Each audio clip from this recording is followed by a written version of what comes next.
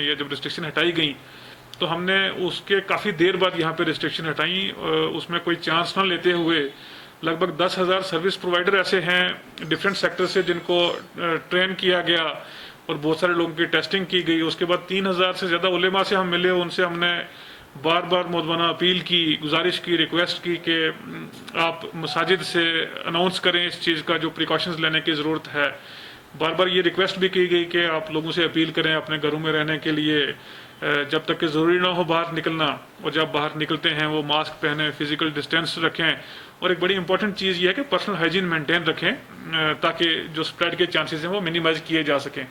तो different fronts पे काम हुआ है। एक तो जो कोविड केयर सेंटर हमने बनाए लगभग 3,000 बेडेड एक फेज़ में यहाँ पे जो बनाए गए, आज वो यूज़ में आ रहे हैं। आपने देखा बहुत बड़ी सिटीज़ में इतना इंफ्रास्ट्रक्चर यहाँ नहीं था, किस किस्म का क्राइसिस हुआ। आज श्रीनगर में इतने ज़्यादा जो नंबर ऑफ केसेस आ रहे हैं उसके बावजूद उनको प्रॉपरली अकोमोडेट करने के लिए जो कोविड केयर सेंटर हैं वो बनाए गए हैं। हेल्थ इंफ्रास्ट्रक्चर में भी इंप्रूवमेंट काफ़ी हुई है और मुझे लगता है काफ़ी होने की ज़रूरत है जो आने वाले दिनों में होगी।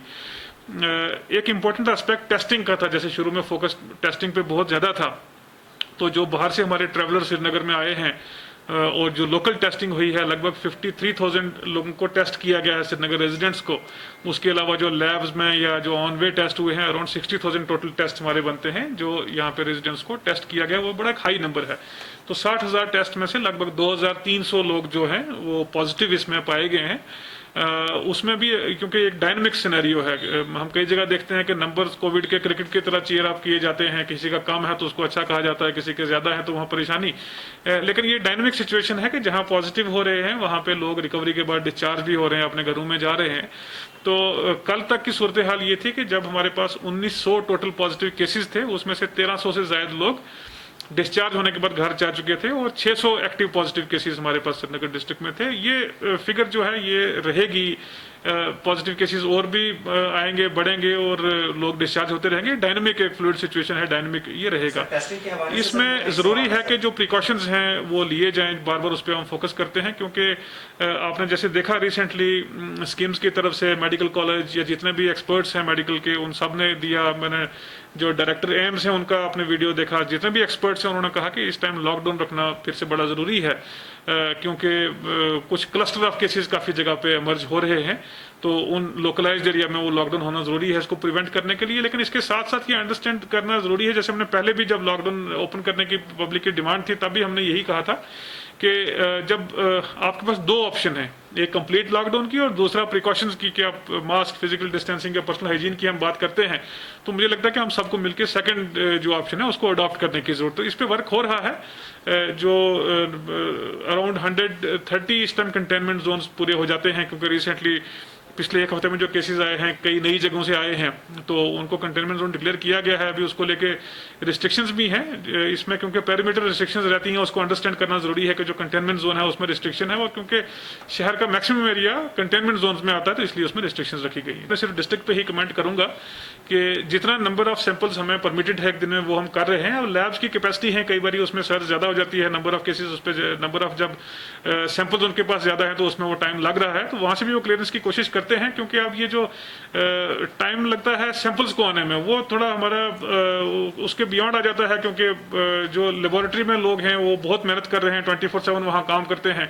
एट एन एवरेज 18 घंटे लोग ये मशीनें चला के वहाँ काम कर रहे हैं। जब नंबर ऑफ सैंपल्स बहुत ज़्यादा बढ़ जाता है तो ऑब्वियसली इसमें टाइम लग रहा है। आपको याद होगा कि मई के महीने में जब हमारे पास हज़ारों की तादाद में लोग थे, एट एन एवरेज 10,000 से 12,000 लोग जब हमारे पास यहाँ पे थे, तो तब टेस्ट को बहुत टाइम लग रहा था। उसके बाद जब वो नंबर ऑफ सैंपल्स कम हुआ, ट्रैवलर्स का नंबर कम हुआ, उसके बाद लाइक एयरपोर्ट, बाकी जितने भी हमारे लोकल सैंपल्स थे या जो रोड ट्रांसपोर्ट से लोग आ रहे थे, उनका सैंपल भी एक दिन बाद मिल रहा था और कई केसेस में 7 डे भी मिल रहा था। तो ये प्योरली डिपेंड करता है कि नंबर ऑफ सैंपल्स आप कितना भेज रहे हैं। लगभग 3500 की कैपेसिटी डिफरेंट लैब्स में है, वो पूल टेस्टिंग भी करते हैं, उसकी वजह से नंबर बढ़ता भी है। लेकिन अभी पिछले दिनों में काफ़ी जो नंबर है वो ज़्यादा रहा है। हम बहुत स्ट्रिक्ट इस चीज़ को लेके हैं, जो कंटेनमेंट जोन में पेरीमीटर रिस्ट्रिक्शन करनी है, इसको सिर्फ रिस्ट्रिक्शन के हवाले से ही स्टडी करना या डिस्कस करना मुझे लगता है ये ज्यादती होगी हेल्थ प्रोफेशनल्स के साथ, लोगों के साथ, और हम तमाम लोगों के साथ जो इसमें स्टेक होल्डर हैं। कि जब हम रिस्ट्रिक्शन की या लॉकडाउन की बात करते हैं तो उसका मतलब ये नहीं कि आपने सिर्फ सड़क बंद कर दी, रास्ता बंद कर दिया, लोगों में घरों में रोक दिया, नहीं। पर्पज ये है कि जहां भी ऐसे केसेस मिलते हैं उस एरिया को कंटेनमेंट जोन बार बार इसलिए कहते हैं, पहले देखिए हम इसको रेड जोन कहा जाता था, बार बार कंटेनमेंट जोन इसलिए बोलते हैं कि इस इन्फेक्शन को, इस प्रॉब्लम को स्प्रेड होने से कंटेन करने के लिए वहां मेजर लेने की जरूरत है। तो कंटेन कैसे आप करते हैं, उसमें सिर्फ यही नहीं है कि आपने लॉक कर दिया वहां पे, उसमें एक एक्सटेंसिव एक कॉन्टैक्ट ट्रेसिंग की जरूरत होती है जिसमें लोगों की कोऑपरेशन की हमें जरूरत है। Door to door health survey maximum areas में श्रीनगर में हुआ, आप उसे बखूबी वाकिफ हैं, वो डेटा यूज किया जाता है। फिर लोगों की वहां पे टेस्टिंग की जाती है, जो सैंपलिंग करते हैं वहां पे, तो मल्टीपल पैरामीटर्स जिस पे काम होता है। जब एक पर्टिकुलर टाइम निकल जाता है कि वहां से केसेस नहीं आते तो वो एरिया डाउनग्रेड किया जाता है। इसलिए जरूरी ये है कि हम एहतियात अपनी पर्सनल लाइफ में बरतना शुरू करें, वहां से पब्लिक लाइफ तक ये जाए, जो प्रिकॉशन लेने की जरूरत है। तो डेफिनेटली ये जो लॉकडाउन है ये खुद हटेगा जब नंबर ऑफ केसेस डाउन हो जाते हैं। एक कंटेनमेंट जोन में जब पेरीमीटर रिस्ट्रिक्शंस रखी जाती हैं, जब उसको एरिया को बंद किया जाता है, तो मुझे लगता है कि इशारा ही काफी होना चाहिए लोगों के लिए कि इस इलाके में खतरा है, अपनी गाड़ी में चल रहे हैं। वायरस शायद विजिबल नहीं है इसलिए उसकी थ्रेट कम महसूस करते हैं। जब कंटेनमेंट जोन में वो रिस्ट्रिक्शंस रखी जाती हैं तो वो इसलिए है कि यहाँ से ना कोई अंदर आए ना बाहर जाए। अनफॉर्चुनेटली बहुत सारे कंटेनमेंट जोन ऐसे हैं जिसमें देखा गया कि जो बैरिकेड्स लगाए गए हैं, जो पेरीमीटर रिस्ट्रिक्शन रखी गई हैं, वो लोगों ने खुद वहां से रिमूव की हैं। वो उनको खुद एक उसकी वजह से खतरा पोज होता है, खुद एक थ्रेट होती है, और नंबर ऑफ केसेस आने वाले दिनों में वहां बढ़ने का हमें खतरा हो सकता है। इसलिए हर एक चीज में आप लीगल या पेनल एक्शन करें, उससे बेहतर ये है कि पब्लिक उस चीज को ऑन करे